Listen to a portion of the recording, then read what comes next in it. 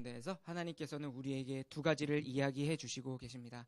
첫 번째는 하나님의 말씀, 하나님의 규례와 율례를 성실하게 따르라는 것입니다. 하나님께서는 왜 우리에게 하나님의 규례와 말씀을 성실하게 따르라고 이야기하고 있는 것일까요?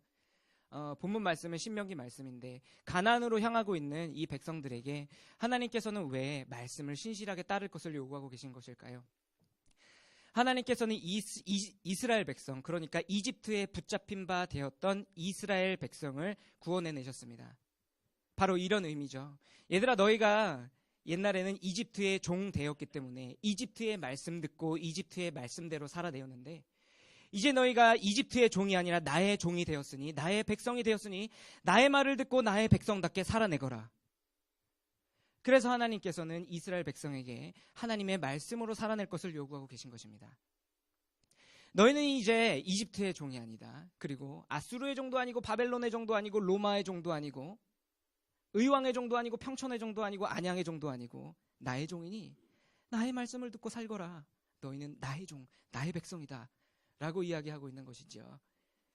또 한 가지 요구하고 계십니다. 그것은 바로 어떤 물건들을 진멸하라고 이야기하고 계시네요.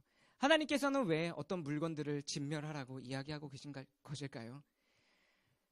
이스라엘 백성들이 이제 이집트의 종이 아니고 하나님의 종이기 때문에 하나님의 말씀대로 하나님의 말씀을 실천하면서 이제 살아야 될 터인데, 계속 다른 물건들, 다른 문화, 다른 풍습들이 이스라엘 백성으로 하여금 다른 이방의 것을 섬기고 이방신을 섬기도록 계속 유혹하고 미혹하기 때문에 그것들을 하나님께서 진멸시키라고 하신 것입니다. 그리고 하나님께서는 이와 같이 하나님의 말씀을 지속적으로 성실히 수행하며 실천하고 하나님 백성 되었기 때문에요. 그리고 하나님 백성이 아닌 다른 것에 종되도록 미혹하는 다른 것들을 진멸하는 것, 이것을 오늘 성경에서는 뭐라고 말하냐면 여호와 앞에 정직한 것이다 라고 이야기를 하고 있네요. 오늘 본문에서도 오늘 본문이 열왕기하 16장입니다. 열왕기하 16장에 보시면 이렇게 정직하게 행했던 왕이 한 명 나옵니다. 그것은 바로 다윗이죠. 다윗은 정말 하나님 앞에 정직하게 행했습니다. 이스라엘 백성을 블레셋으로 삼고 블레셋이 섬기는 신으로 만들고자 했던 골리앗을 물리치고 하나님의 율례를 가져와서 말씀으로 다스리고자 했던 다윗은 하나님 앞에 정직한 사람이었습니다. 하지만 오늘 본문에 나오는 아하스 왕은 하나님 앞에 정직한 왕이 아니었습니다. 16장 3절에서 보시면 그가 이방 사람의 가증한 일을 행했기 때문이다 라고 나오는데요. 그 가증한 일 가운데 하나가 바로 자기의 아들을 불 가운데로 지나게 하는 일이었습니다. 자기의 어떤 그 혈육을 불 가운데로 지나게 해서 인신제사로 드리는 거, 우리 사사기에서 입다 떠올리시죠? 마치 그런 것과 같이 인신제사를 요구하고 있는데, 요거의 정체가 도대체 뭘까 하니 시편 106편 37절에서 38절 다 같이 읽어보겠습니다. 시작.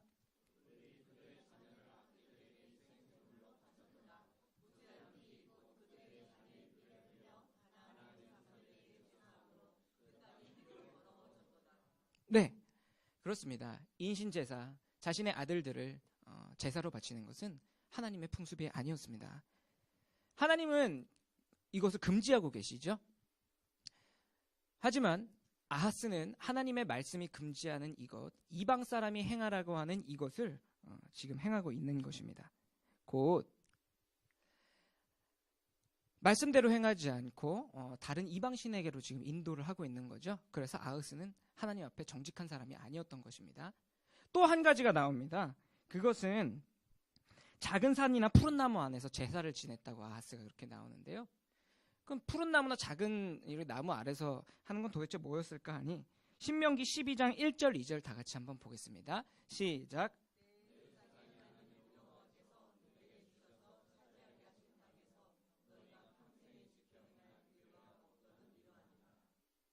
계속 읽겠습니다. 시작.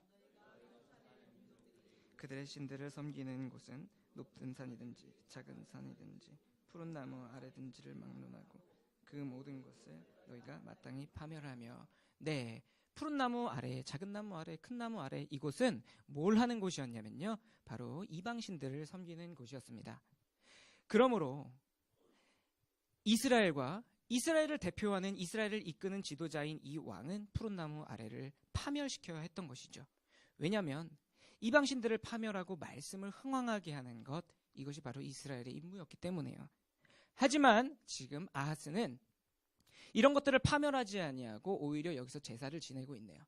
그러므로 아하스는 여호와 앞에 정직한 사람이 아니었습니다. 또 한 가지 이야기가 나오네요. 그것은 바로 전쟁에 대한 것인데요. 아하스가 전쟁을 맞이하였습니다. 유다의 왕이었는데요. 아하스는 북쪽 이스라엘 왕과 그 다음에 아람이 동맹을 맺고 이스라엘을 치러 옵니다. 그때 심정이 어땠을까요? 이스라엘 심정이요. 요거를 이사야 선지자가, 그때 선지자였잖아요. 그래가지고 그들의 심정을 잘 표현을 해주고 있습니다. 제가 읽어드릴게요. 이사야 7장 1절 2절에 이렇게 쓰여 있습니다.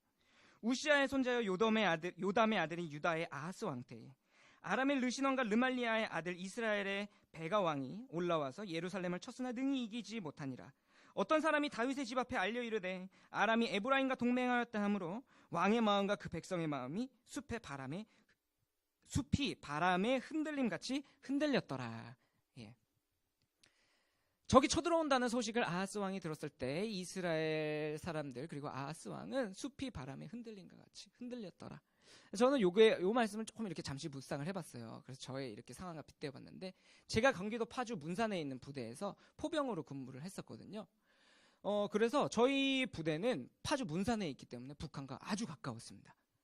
그리고 저희 부대의 어떤 포 진지 공사를 누가 해주셨냐면 배상훈 목사님이 해주셨어요. 정말입니다. 공병으로서. 신기하죠. 예, 어쨌든 왜 그러세요? 예, 어쨌든 제가 이렇게 부대에서 근무를 하고 있을 때 굉장히 북한과 가까웠어요. 그래서 저희 포 부대 이제 포탄의 사정거리는 32km였어요. 보통 탄은 16km인데 그 ICM이라는 탄을 사용할 때 32km까지 나가서 북한을 직접적으로 한 방에 타격할 수 있는 거리였습니다. 그건 북한도 마찬가지고. 그런데 하필 제가 근무할 때 연평도 포격 사건이 이루어졌던 것입니다. 그래서 연평도에 포탄 200여 발이 떨어지고 저는 상급 부대로부터 즉각대기 명령을 받았습니다. 즉각대기 A단계를 발령을 했죠. 즉각대기 A단계는 뭐냐면 포탄을 포신에 넣고요. 그 다음에 장약, 그 화약 덩어리입니다. 장약을 넣고요. 내관만 안 넣은 단계. 내관이 뭐냐면 이렇게 불길을 탁 이렇게 줘가지고 폭탄이 실제적으로 빵 발사되게 할 수 있는. 그래서 그 내관만 터트리면 발사될 수 있기 바로 직전의 단계까지 저희가 하고요. 대기를 하고 있었던 거죠. 그런데요, 저희가 대기를 하고 있는데 마음은 편안하게 해주지 않고 상급부대를 통해서 직통실에 사진이 계속 오는 겁니다. 미국에서 사들인 무인 정찰기가요, 사진을 찍어가지고 저희 부대 바로 앞에 저희가 지향하고 있는 부대의 사진들을 다 찍어서 보내주는데요. 보통 때는 그 갱도라고요, 그 시멘트로 만든 그 갱도 안에 들어가 있어요. 안 맞으려고. 근데 지금은 이 포들이 다 나와가지고 우리 부대를 지향해서 방류를 하고 있는 거예요. 저희도 한 방에 타격 가능하면 그 사람들도 한 방에 타격이 가능하잖아요. 그리고 우리도 한 방 땡기면 바로 발사할 수 있게 준비를 하지만 그 사람들도 그랬을 거 아니에요. 그러니까 이게 마음이 정말로요, 바람에 흔들리는 숲과 같이 되었더라. 이거를 말씀드리려고. 굉장히 떨렸겠죠. 그런데 그 아하스 왕과 이스라엘 백성들도 아마 그랬을 것 같은 거예요. 왜냐하면 지금 동맹을 맺고 엄청 막 쳐들어오잖아요. 무엇이라도 의지를 하고 싶었겠죠. 그런데 바로 이 상황에서요, 이사야 7장 4절에서 17절을 보시면요, 하나님께서 이스라엘을 위로를 하세요. 아하스 왕에게요, 이사야 선지자를 딱 보내줘가지고, 아하스 왕, 너 걱정하지 마. 내가 지켜줄 거야. 내가 언약을 한 게 있어. 그러니까 걱정하지 마. 라고 했으면 아하스 왕은 어떻게 반응을 해야 됐을까요? 하나님 감사합니다. 그것도 대선지자가 왔잖아요. 하나님만 의지하겠습니다. 말씀만 의지하겠습니다. 라고 말을 했어야 되는데, 그런데 오늘 본문을 보니 아하스 왕이 어떻게 반응을 하고 있죠? 오히려 왕궁과 특히 여호와의 성전에 있는 금과 은을 다 떼어다가 아수르 디글랏비레셀 왕에게 갖다 주고요. 그리고 심지어는요, 뭐라냐, 봉신조약을 합니다. 내가 당신의 종이 되겠습니다 라는 봉신조약을 하죠. 그런데 이게 성경 전체의 맥락에서 굉장한 의미가 있잖아요. 아까도 여러분에게 말씀드렸다시피 이스라엘 사람들이 죄를 쫓아내고 열심히 말씀으로 살아내야 되는 이유가 무엇이죠? 이제는 더 이상 다른 것의 종이 아니잖아요. 그렇죠? 이집트의 종도 아니고 가나안의 종도 아니고 아수르의 종도 아니고 앞으로 바벨론의 종도 아니고 페르시아의 종도 아니고 마케도니아의 종도 아니고 로마의 종도 아니고 의왕의 종도 아니고 평천의 종도 아니니까 말씀을 따라 살아야 되잖아요. 우리는 오직 하나님의 종이잖아요. 그런데 지금 누구의 종이 되겠다고 하는 거냐면요, 아수르의 종이 내가 되겠습니다 라고 지금 성경에서 밝히고 있습니다. 우리 이런 노래 잘하잖아요. 내가 하나님만 의지하겠습니다 할 때 주님은 나의 산성, 주님은 나의 요새 이러잖아요. 나의 힘이 되신 여호와. 근데 그게 아니라 이 지금 아하스는 나의 힘이 되신 아수르 그러는 거예요. 그러니까 이게 지금 성경 전체에서 맥락해 볼 때 굉장히 의미심장한 일이 벌어지고 있다는 것이죠. 제가 지금까지 이런 것들을 오늘 본문은 10절부터입니다. 왜 오늘 이것들을 여러분께 이야기를 드렸냐 하면 지금 아하스 왕은 여호와 앞에 정직하게 행하지 않았다는 겁니다. 이런 거를 보니 유다의 아하스 왕은 죄를 멀리하고 말씀을 흥왕시키기보다는 오히려 죄를 흥왕시키고 말씀을 진멸시키고 있었다. 여호와 앞에 정직하지 아니하게 행했다. 그런데요, 오늘 본문에서는요,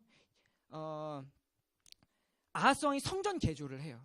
그런데 이 성전 개조를 통해서 이 여호와 앞에 정직하지 아니하다는 것이 도대체 성경 전체 맥락에서 무엇을 의미하는지 우리에게 알려주고 있어요. 도대체 여호와 앞에 정직하지 않은 것, 이게 도대체 성경 전체의 맥락에서 무슨 의미인가, 이것을 한번 다 같이 보려고 하는 것입니다. 우리 10절 다 같이 한번 10절 11절 읽어보겠습니다. 시작.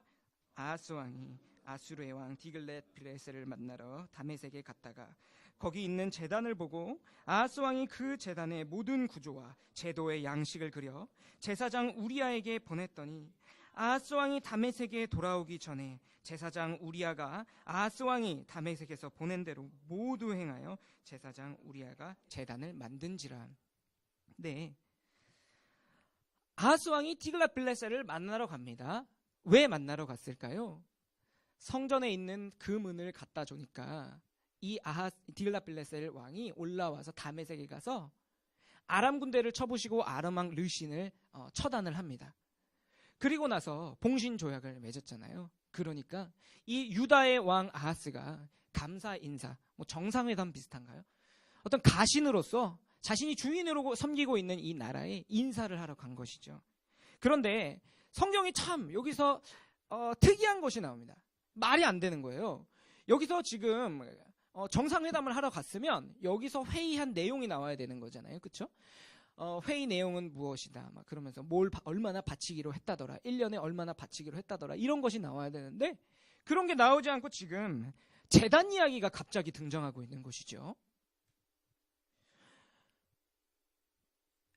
다른 역사가들은 어떤 그런 조약의 내용들을 궁금해했겠지만 지금 열왕기서를 쓴 이 열왕기서의 사가는 요거에 관심이 있었던 겁니다. 요게 굉장히 중요한 사건이라고 본 거예요. 그러면 도대체 이 제단을 만들어서 그리라 한 이 사건이 왜 얼마나 중요한 사건이었을까요? 저는 이렇게 제단을 그리라고 한 게 우리나라에서 어떤 일이 있었을까, 또 내 주변에서 어떤 일이 있었을까 이렇게 생각해 보았는데, 여러분 혹시 몇 년 전에 우리나라에 외규장각 의궤가 이렇게 반환된 사건을 아시죠?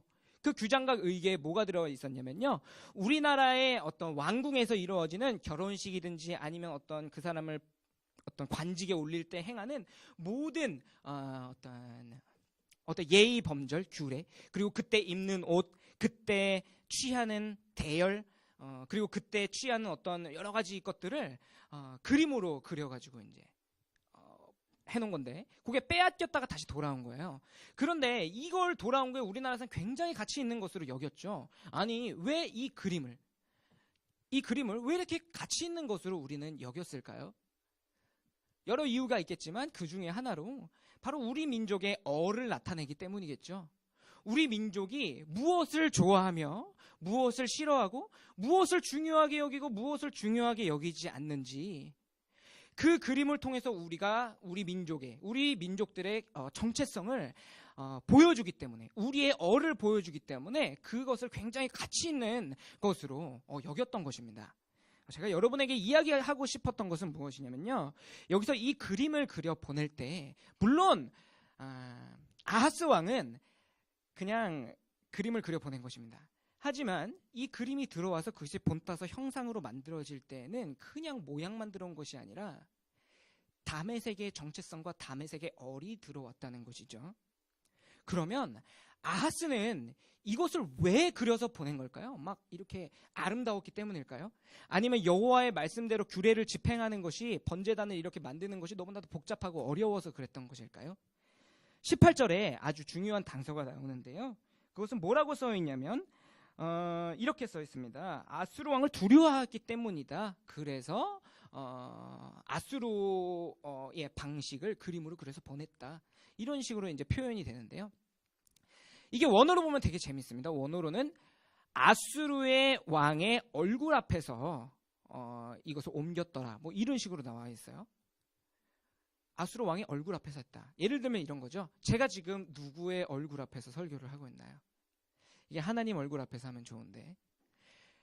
그리고 여러분들은 어떤 직장 생활을 하시거나 가정에 있을 때 누구의 얼굴을 보시고 하시나요? 그러니까 어떤 것의 얼굴 앞에서 한다, 이것은 누군가를, 내가 얼굴을 보는 대상을 좀 기쁘게 하거나 좀 두려워하거나 그렇기 때문에 눈치를 보면서 한다는 거죠. 그런데 지금 여기 보니까 아하스 왕이 아수르 왕 얼굴 앞에서 그 모든 일들을 행했다, 이렇게 나와 있어요. 아수르 왕을 기뻐하게 하기 위해서, 그리고 아수르 왕을 두려워했기 때문에 그 일을 행한 것입니다. 그런데 이와 같이 아하스가 아수르 왕을 두려워해서 성전 기물을 마음대로 고친 이 사건은 성경 전체의 맥락에서 볼 때 어마어마하게 큰 대실수고 어마어마한 퇴보라고 볼 수가 있는 것입니다. 왜일까요? 우리 다 같이 출애굽기 25장 40절, 26장 30절, 27절, 8절을 다 같이 읽겠습니다. 앞에 나와 있네요. 시작. 26장 시작. 27장 시작.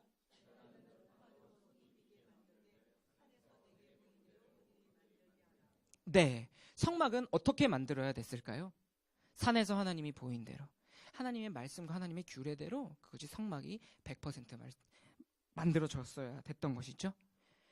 모든 등잔대부터, 그리고 불을 켜는 도구서부터, 그리고 그 불똥을 담는 그릇, 그뿐만 아니라요, 성전에요, 휘장을 만들 때요, 거기에 사용되는 실, 그리고 실의 종류, 그리고 실의 색깔, 그리고 실이 짜임되는 그 밀도까지 하나님의 100% 말씀으로 되는 거.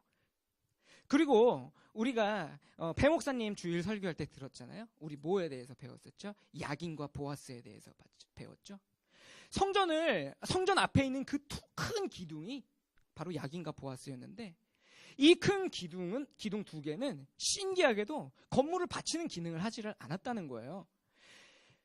외국에서 위대한 건축 기술자 히람까지 불러와가지고 이 기둥을 짓고 있는데, 히람도 아마 이상했을 것 같아요. 원래 기둥이라면 건물을 받쳐야 되는데 건물을 받치는 게 아니라 그냥 장식용으로 이 큰 기둥 두 개가 지어진다 하니.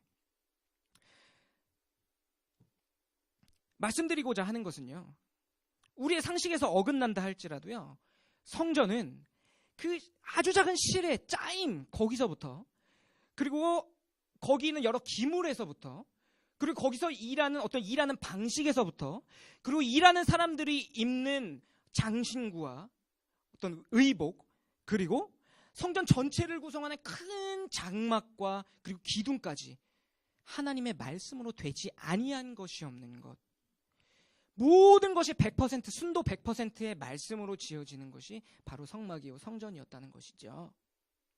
그러면 질문은 이겁니다. 아니, 성전이 왜 굳이 100% 말씀으로 지어져야 했느냐? 그것은 성전의 두 가지 기능 때문에 그랬습니다. 성전의 첫 번째 기능은 무엇이었냐면요, 바로 하나님께서 함께 하신다 하는 위로의 기능이었습니다. 출애굽기 40장 34절부터 보면 제가 읽어드리겠습니다. 이런 말씀이 나와요.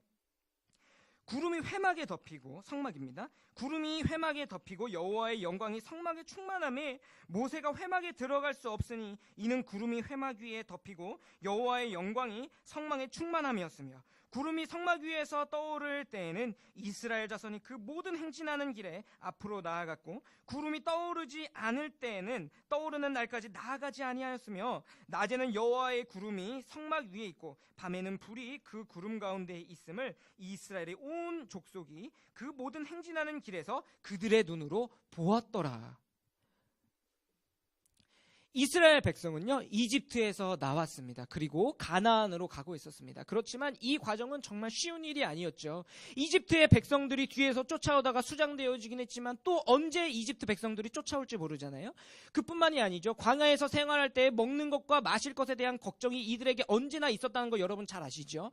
그뿐만이 아니라 광야에 있을 때 외부의 침입이 있을지 또 누가 어떻게 합니까? 그래가지고 외부의 거류민에 대한 법률도 성경 가운데 나오지 않습니까? 그뿐만이 아니라 이 사람이 들어갈 목적지는 바로 가나안 땅인데, 가나안 땅에는 이미 이들보다 장대한 백성들이 거기에 또아리를 틀고 있었죠. 그리고 그 사람들이 거대한 성벽을 짓고 있었으며 이들보다 선진 문물을 이미 받아들이고 있었어요.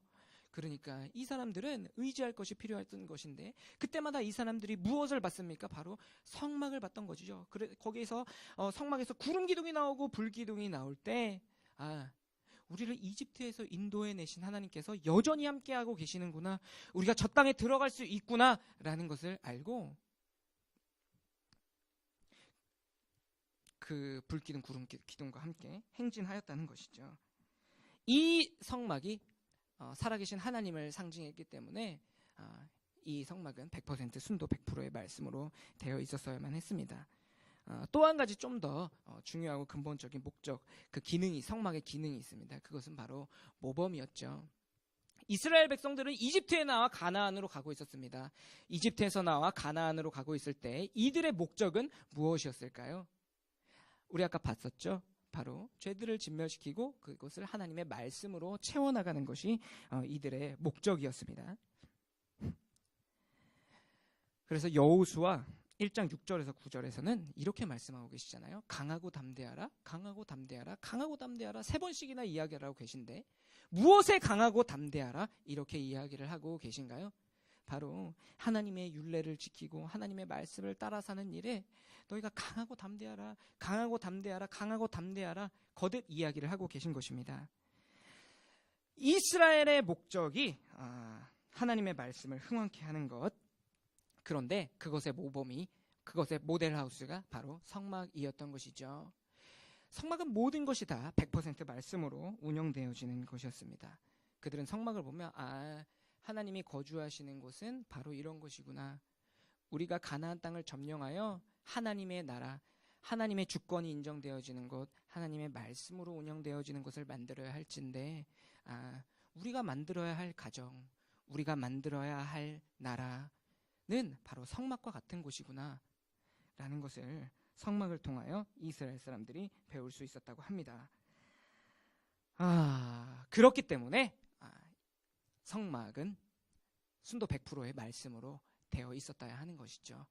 그런데 지금 아하스는 다메섹에 갔다가 와서 무엇을 보고 배웠는지 그 성막을 다른 것으로 채우고 있었다는 것이죠. 성막이 하나님의 말씀으로 100% 운영되기 때문에 의미가 있는 것이지, 그렇지 않다면 성막으로서의 의미를 완전히 상실하게 되는 것이잖아요. 아하스는 지금 성막을 겉모습은 있지만 겉모습은 오히려 번지르르해졌을 것 같습니다. 왜냐하면 아수르의 선진 문물을 들여왔기 때문이죠. 하지만 실제로 성막은 파괴되고 있었습니다.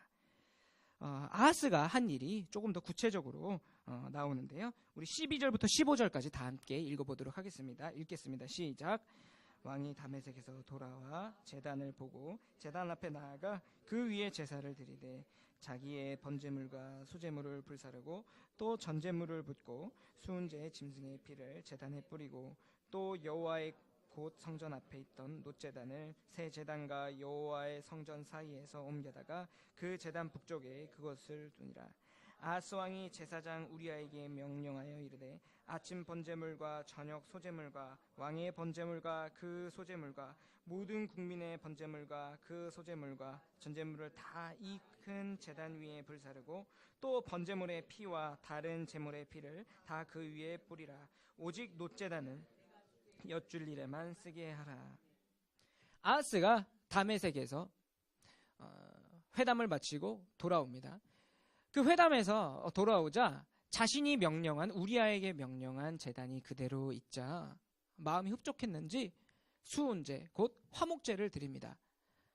성경을 해석하는 많은 사람들이 우리나라에서 성전 입당 예배 이런 거 하잖아요. 마치 그것과 같이 제단 입당 예배를 했다고 이야기를 하고 있습니다. 그뿐만 아니라 그가 돌아오자 새 제단, 우리아를 통해 만든 이 새 제단을 더 중요한 데에 옮겨놓고 기존에 있던 하나님의 말씀으로 만들어진 이 제단을 덜 중요한 곳으로 옮겨놓고요.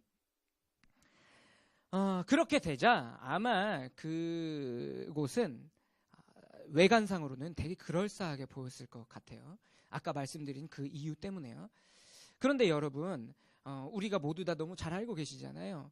성전을 아무리 우리 교회를 삐까뻔쩍하게 올리고 그리고 음향 시스템을 굉장히 빠방하게 올리고 그리고 교회에서 행해지는 여러 가지 프로그램들을 굉장히 젠틀하고 나이스하게 이렇게 운영을 하고 그리고 어떤 프로그램들을 홍보하거나 그럴 때 굉장히 현대적이고 현대적인 센스에서 어긋나지 않은 이미지들과 동영상들을 사용해서 이렇게 하면 왠지 교회가 잘 돌아가고 있는 것 같잖아요.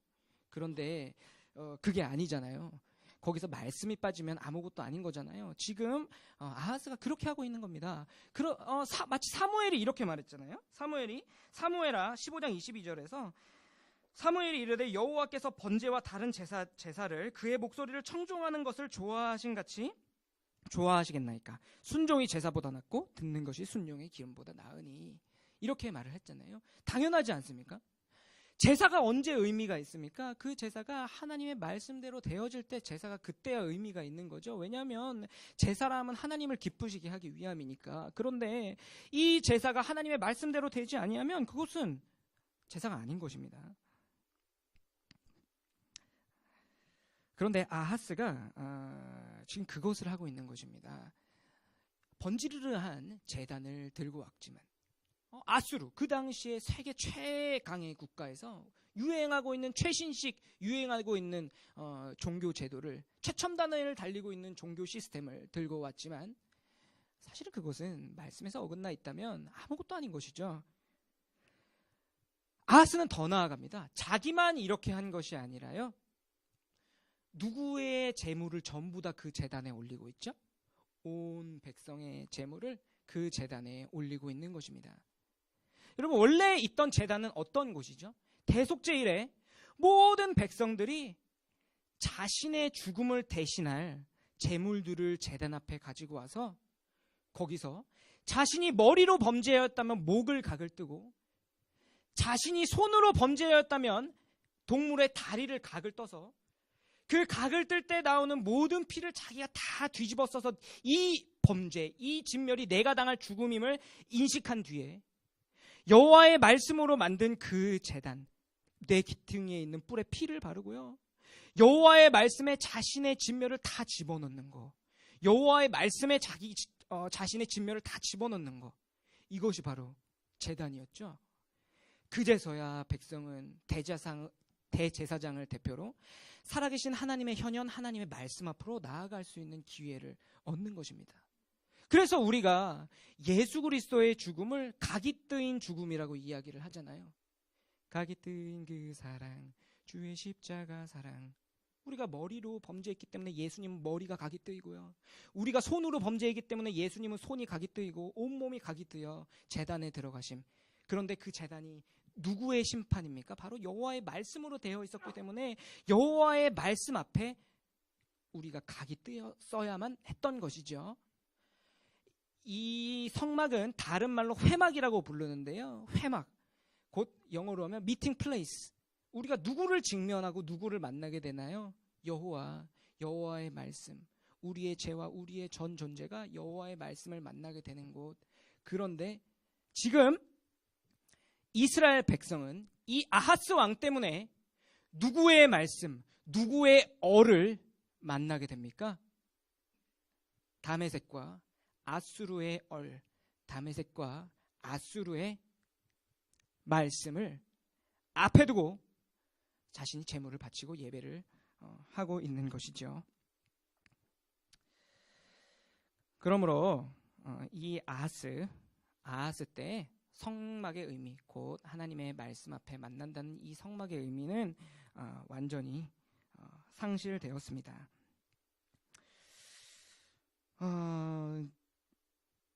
우리 앞에 던져지는 질문은 그렇다면 이런 것 같습니다. 우리는 누구의 말씀과 만나고 있는가?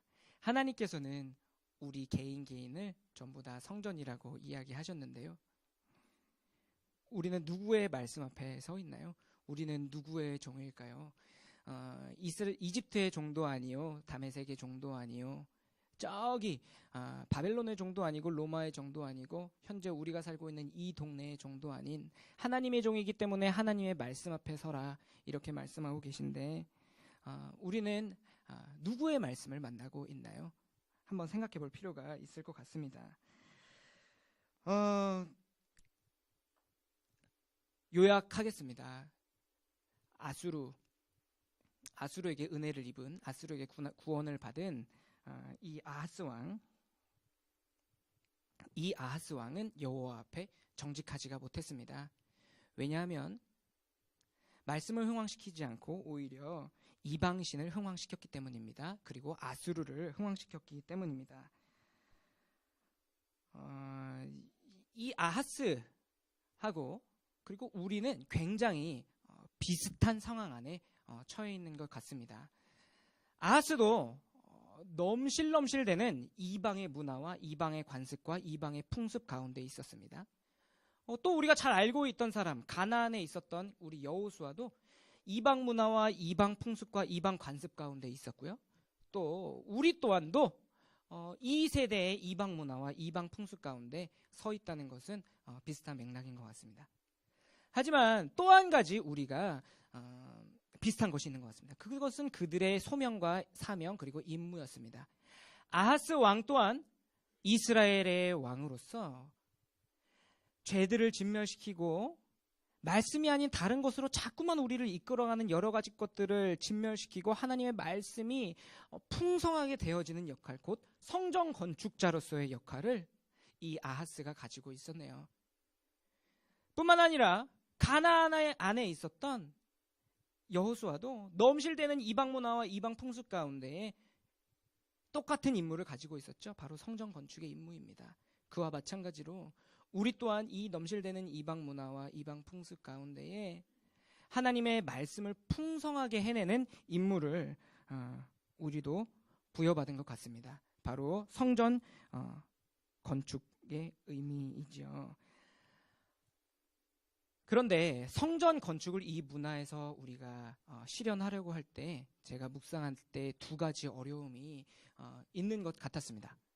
첫 번째 어려움은 너무나도 다원화된 이 시대 가운데에 성경과 거리가 있는 이 시대 가운데에 어떻게 하나님의 말씀을 실현해내는가라는 것이죠.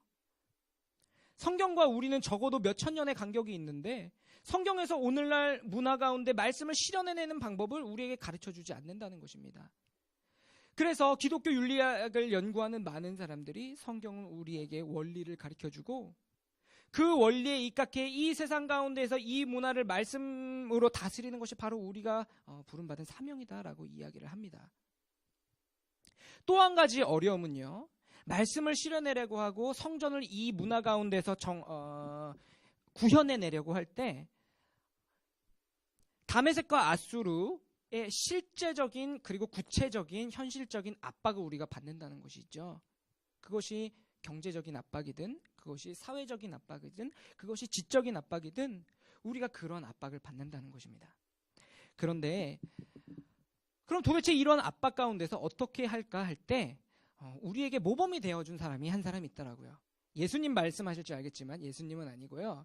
그 아브라함 카이퍼라는 사람입니다. 이 사람은 네덜란드의 수상이요, 정치가요, 그리고 네덜란드의 교수, 그리고 대학 총장, 그리고 목사로서 도대체 네덜란드를 어떻게 말씀으로 다스려낼 수 있을까? 네덜란드를 어떻게 하면 말씀으로 정치하게 하고, 말씀으로 경제하게 하고, 말씀으로 교육하게 하고, 말씀으로 문화해내게 할 수 있을까를 우리 신앙 안에서 엄청나게 고민했던 사람입니다. 심지어 어느 정도까지 고민했냐면 머리 스타일까지 그랬대요. 이게 막 굉장히 율법적으로 들릴 수 있지만 그게 아니라요. 그 당시에 머리 스타일이 엄청 유행했는데 프랑스 머리 스타일이 엄청 유행을 했다는 거예요. 프랑스식으로 다 빠마를 하는 거예요. 그런 것들을 보면서 우리가 전부 다 프랑스 정신으로 넘어가고 있는구나. 그렇다면 우리가 성경적인 빠마를 하려면 어떻게 해야 되지? 성경은 어떻게 우리 모양, 우리를 어떻게 가꾸라고 이야기를 하고 있는 거야 라고 그리스도인으로서 진지하게 고민을 했다는 거죠. 그뿐만 아니라 어떻게 하면 우리가 성경적으로 아이들을 양육하며 교육해낼 수 있을까? 어떻게 하면 우리가 성경적으로 음악을 해낼 수 있을까? 어떻게 하면 우리가 성경적으로 옷을 입을 수 있을까? 어떻게 하면 우리가 성경적으로 문화를 해낼 수 있을까? 진지하게 고민을 했던 사람이라는 것입니다. 그래서 우리가 진지하게 이 땅을 하나님의 말씀으로 개현해내려고 할 때, 하나님의 말씀이 이 땅 문화 가운데 꽃피워 드러내고자 할 때 우리가 이런 사람들, 앞선 선배들의 어떤 선례를 고민하고 연구해 볼 필요가 있다는 것이죠. 그런데 이거는 그냥 이런 사람이 있다라는 것이고요. 제가 오늘 여러분과 함께 기도하고 싶은 제목은 더욱더 근본적이고 먼저 되어야 할 방법이 우리 성경 가운데 있다는 것입니다. 죄를 진멸시키고 말씀을 흥왕시킬 수 있는 현실적인 성경이 제시하는 우리에게 제시하는 근본적인 그 방법은 뭘까요? 그것이 바로 에스겔 36장 26절에서 31절에 나오고 있습니다. 우리 다 같이 한번 읽어보겠습니다. 시작. 새 영을 너희 속에 두고 새 마음을 너희에게 주되 너희 육신에서 굳은 마음을 제거하고 부드러운 마음을 줄 것이며 또 내 영을 너희 속에 두어 너희로 내 율례를 행하게 하리니 너희가 내 규례를 지켜 행할지라. 내가 너희 조상들에게 준 땅에서 너희가 거주하면서 내 백성이 되고 나는 너희 하나님이 되리라. 내가 너희를 모든 더러운 데에서 구원하고 곡식이 풍성하게 하여 기근이 너희에게 닥치지 아니하게 할 것이며 또 나무의 열매와 밭의 소산을 풍성하게 하여 너희가 다시는 기근의 욕을 여러 나라에게 당하지 아니하게 하리니 그때 너희가 너희 악한 길과 너희 좋지 못한 행위를 기억하고 너희 모든 죄악과 가증한 일로 말미암아 스스로 밉게 보리라. 네, 여기서 나오는 내 영은 무엇을 의미할까요? 바로 성령을 의미하잖아요. 그런데 성령님께서 임재하실 때 어떤 일이 일어나는가 할 때 오늘 본문은 이렇게 이야기하고 있습니다. 우리에게서 죄악된 것들이 쫓아내지고 죄가 진멸되어지고 그리고 하나님의 율례를 행하게 된다. 하나님의 말씀에 흥왕하게 된다. 죄가 쫓아내지고 말씀이 흥왕하게 된다. 곧 성전이 건축되게 된다. 성령께서 하시는 일은 바로 우리로 하여금 이 이방 문화가 넘실넘실되는 여기서는 가나안 땅 그리고 우리가 사는 이 의왕 땅 가운데에 죄가 쫓아내어지고 말씀이 흥왕되게 되어지는 그 성전을 우리로 하여금 짓게 하신다는 것이죠. 그리고 그뿐만이 아니라 성전을 짓는 데 우리가 당한 어려움, 아까 말씀드린 우리의 지적인 한계와 그리고 실제적으로 달아오는 여러 경제적, 관계적, 문화적 어려움, 이 어려움들에서 실질적인 도움을 주신다고, 곡식이 풍성하게 하며 소산을 풍성하게 하고 기근의 욕을 여러 나라에게 당하지 아니한다고 전폭적인 지원을 한다고, 교회를 성전을 건축하는 데 전폭적으로 지원을 한다고 성령님께서 우리에게 이야기하고 계신 것입니다. 따라서 이 의왕 땅 가운데에, 의왕 문화 가운데에, 이방 문화 가운데에 성전을 짓고 싶어하는 우리들이, 그런데 성전을 짓고 싶은데 도대체 어떻게 하는 것이 성전을 짓는 건지 모르겠는 우리에게, 그리고 이 땅으로부터 성전을 지려고 할 때 현실적이고 구체적인 압박을 받는 우리가 제일 처음으로 구해야 될 것은 그러므로 성령님인 것입니다. 네, 이 시간 우리가 함께 기도했으면 좋겠습니다. 기도할 때요, 먼저 기도부터 하겠으면 좋겠어요. 하나님, 우리가 이 땅 가운데에서 말씀으로 살아내고 싶습니다. 말씀을 흥황하게 하고 싶습니다.